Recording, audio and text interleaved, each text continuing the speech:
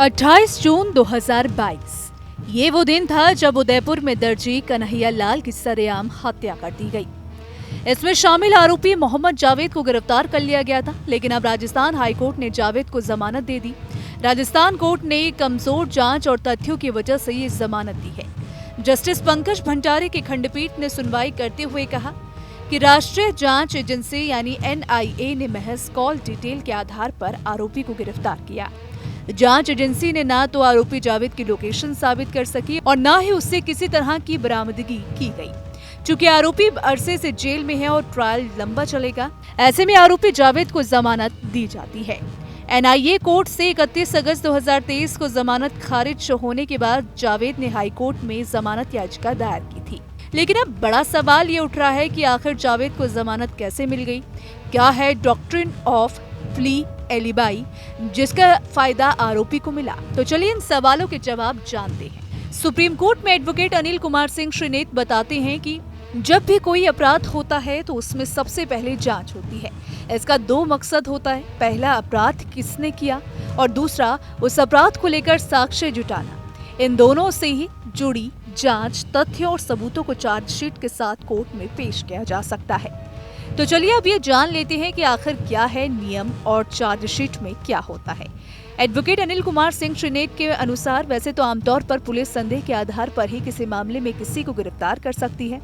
Police के पास ये power है कि अगर किसी अपराध में किसी पर संदेह है तो पहले उसके खिलाफ शुरुआती जांच की जाती है।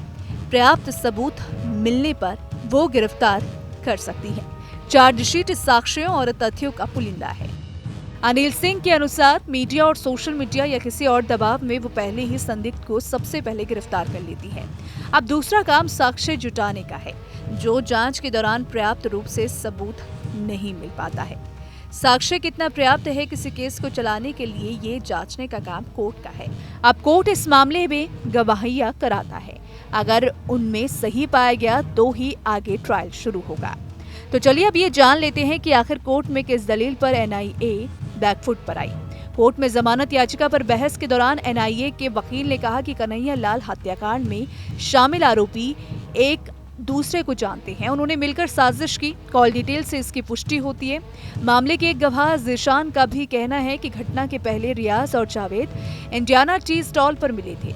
वहीं जावेद के वकील ने कहा कि NIA के अनुसार जावेद ने टी स्टॉल पर हत्या की योजना बनाई, जबकि टी स्टॉल के मालिक ने जावेद के उस दिन वहां होने की बात कंफर्म नहीं की। CCTV कैमरे की फुटेज से साबित होता है कि जावेद कन्हैया लाल की दुकान पर नहीं गया। यहीं पर NIA फेल हो गई। तो चलिए अब जान लेते हैं कि क्या है डॉक्ट्रिन ऑफ प्ली एलिबाई जिससे जावेद को जमानत मिली। लैटिन भाषा से एलिबाई शब्द लिया गया है। एलिबाई का मतलब दूसरी जगह मौजूदगी होता है। बाकी सभी तरह के बहानों या कारणों से एलिबाई थोड़ा सा अलग है। बचाव का एक न्यायिक उपाय है डॉक्ट्रिन ऑफ प्ली एलिबाई। ये इस बात पर आधारित होता है कि आरोपी वास्तव में निर्दोष है। इसके तहत आरोपी ये साबित करता है कि अपराध के वक्त वो दूसरी जगह पर था। झूठे बहाने या कारण देने के लिए जुर्माना भी देना पड़ सकता है। आपको यहाँ बता दें कि डॉक्ट्रिन ऑफ प्ली एलिबाई का फायदा उठाकर जावेद छूट गया। एलिबाई की दलील एक बचाव है जिसका इस्तेमाल कोई आरोपी किसी आपराधिक मामले में अपनी बेगुनाही साबित करने के लिए कर सकता है।